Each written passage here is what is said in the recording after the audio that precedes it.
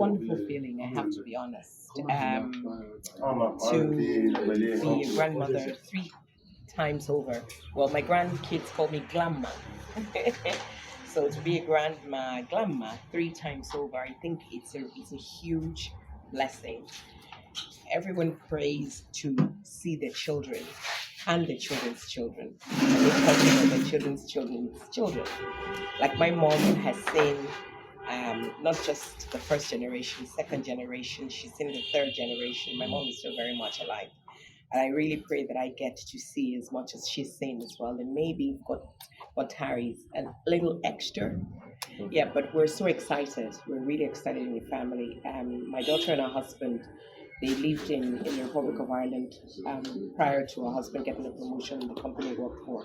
And then they were relocated to Canada by his company, and they live there now with the 3 children. And it's an excuse to go to Canada from Ireland every chance we get. So as soon as I leave Nigeria, I'm going to have to go and do Omugo in Canada, for the second time, because the second grandson was also born in Canada. So really excited. The entire family is elated. Yeah. So what have you been up to the last few years? Whoa, what have I been up to?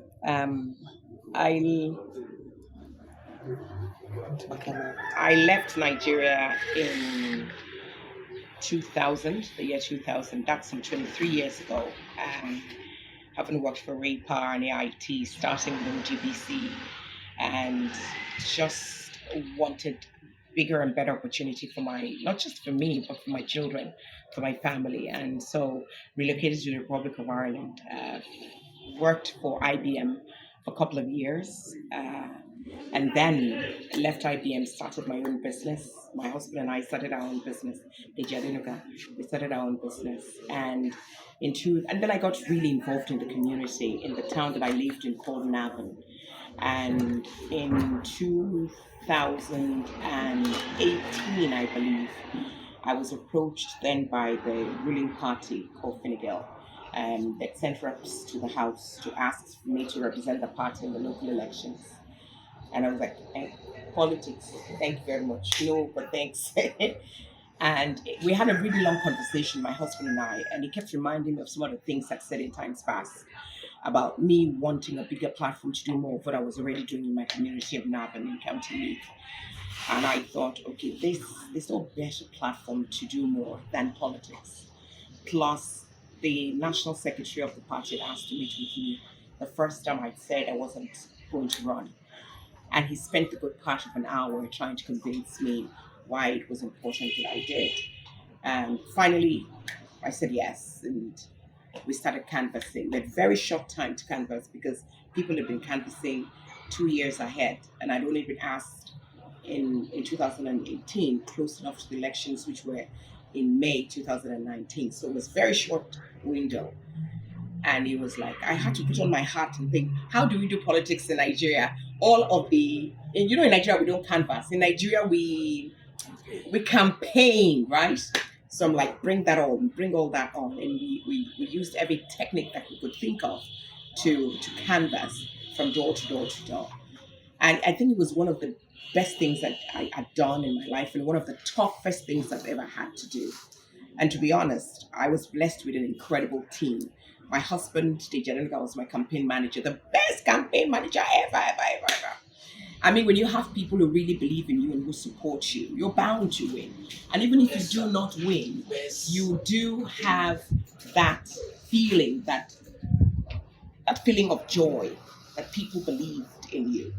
And there were 16 candidates. I was a first timer.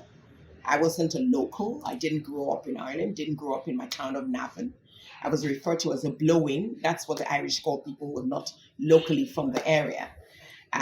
But I always say the wind blew me in the right direction. And there were only 7 seats. And I didn't just win, I won the 6th seat. So I wasn't the last person.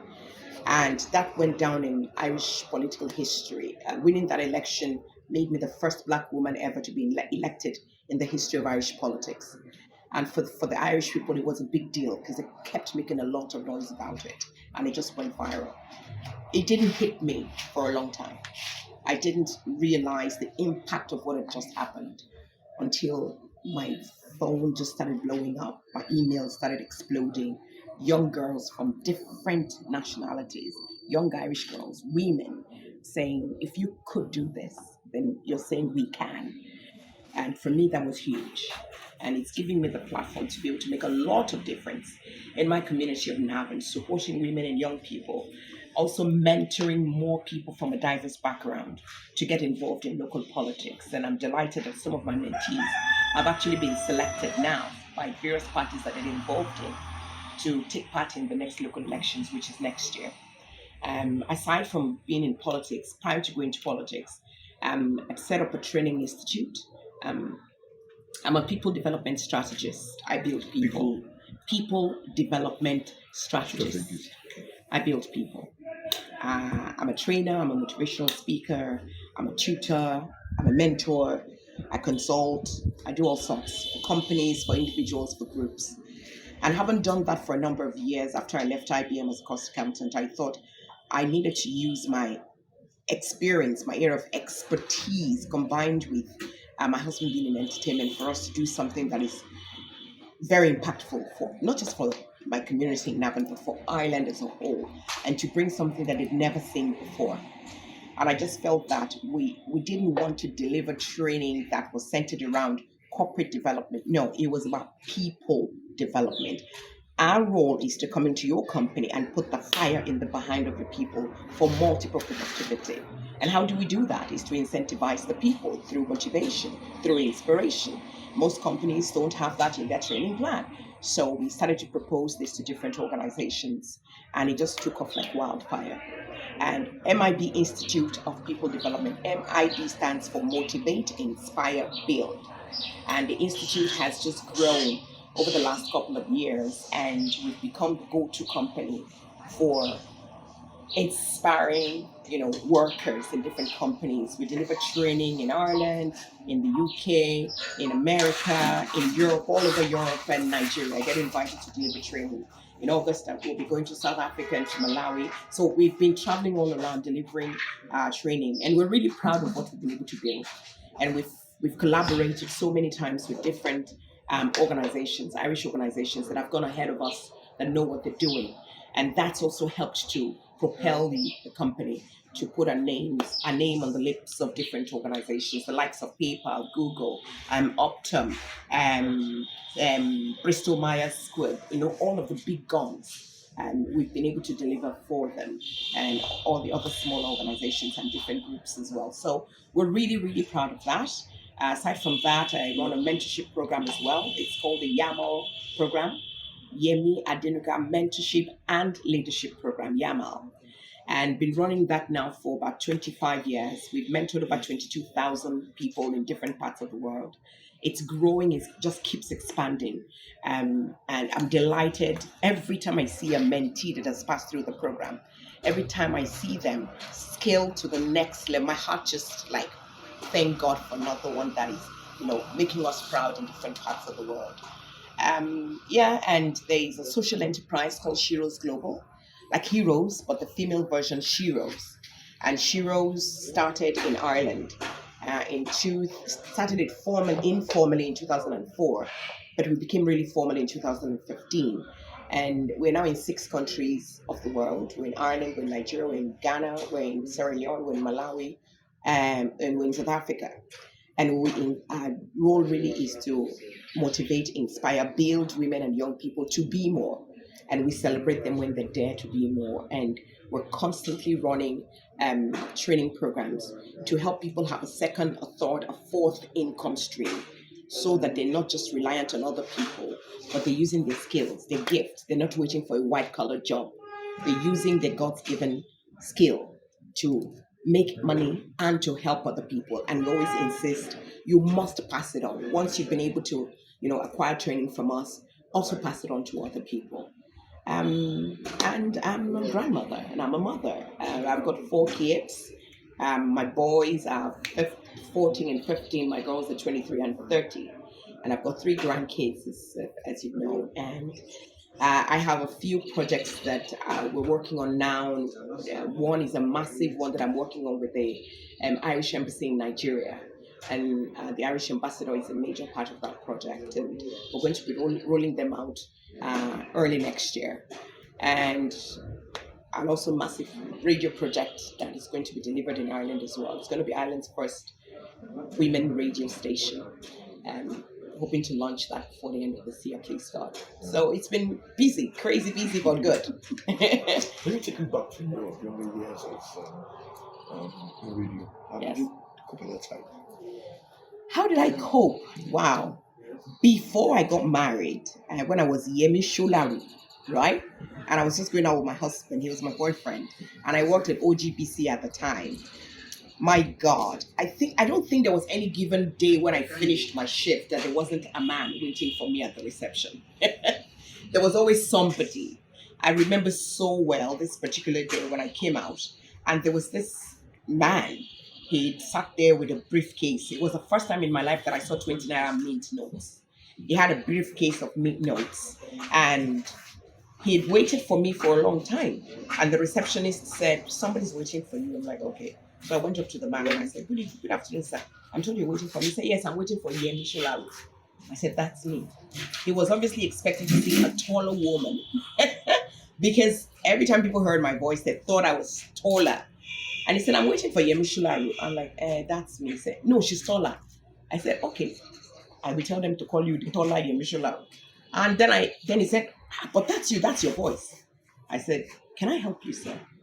He said, "Well, I've just come to take you to your new house. I have a car out there. Here is the key. This is your car. I never had a car. I was living in those half-decked houses. I was a student at Poly, now Moshidabiola Polytechnic. I was finishing up my year of accountancy. And he said, "No, I got your place. I know where you live." And I'm like, "Sir, I'm sorry. I have a boyfriend." He's like, "Which one?" "That one, that teacher, that his trouser does not touch the ground." And I just remembered my father's voice. He said, "I know him. I have a dossier on you." I sat there thinking, what the crap? And he said, "Well, I have this briefcase for you if you're not convinced. This is all yours. I have a house rented for you, an apartment. You can move in right away today. You leave that place where you're living in Yonikolobu." I said, "Sir, I'm sorry. I'm very, very sorry. I don't mean to be disrespectful, but I'm not the girl you're looking for." It was like, I'm going to look after you. I'm not joking, no. And I just thought, my God, this is not the kind of life I want working in radio. And I tried to be as respectful as I could to usher him off. I said, "Thank you, sir."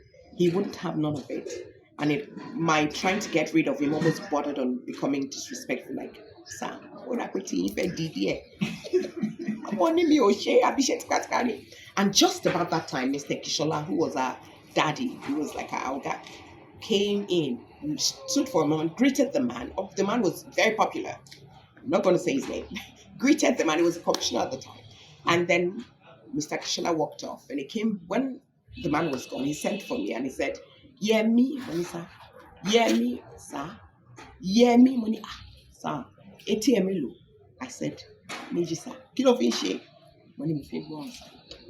Kilo ṣe pẹ̀lú such and such and such. Money. "Nothing, sir. I was just sitting jejely, finished my shift, and then I was told he came to look and said, if I ever hear any such thing like me," he said, "I know. That's what I'm telling you." Those are the kinds of things that I would have gotten at the time. And I'll be very honest, it was very easy for girls my age at that time. I was under 21. I was in school. A lot of the young girls that I knew had sugar daddies, were dating way older men than themselves, and the men were kind of like, funding their education and funding their lifestyle. But I knew what the end result could likely be. So I didn't want that kind of life for myself. So I stayed away from all this. And thank God for God. It wasn't me. I'm a church girl. I was raised in a Christian home. And every word that my father always spoke just kept resonating, repeating itself in my head. I came from a polygamous home. My father has 7 wives and 27 children. My mom was the last wife. I'm number 16 in the family. So it's not as if everything was rosy in my background, but I just held on to what my father had handed down, being a Christian girl. And that's really helped me through the times. And the man I was going out with at the time, my husband, a young man who was dedicated, he had nothing, but I knew he had prospects. He was genuine in his friendship and genuine in his love. And I didn't want to break that. So that kept me going. And as time went on and I found myself, I knew who I was. I knew that there's no amount of money any man can give me, I can make it myself. So I don't really need any man. Not that I don't need, of course, I have a husband and I got married and I do need my husband and all that. But in terms of money, that's what I mean. I didn't need a man to give me money for me to feel any sense of value. I could make my own money because I have the talent and I learned how to use it well and to make my own money. So it wasn't easy, but thank God for grace. Thank God for grace that saw me through those really, really, really challenging times. Thank you. Thank you. So I'll read that.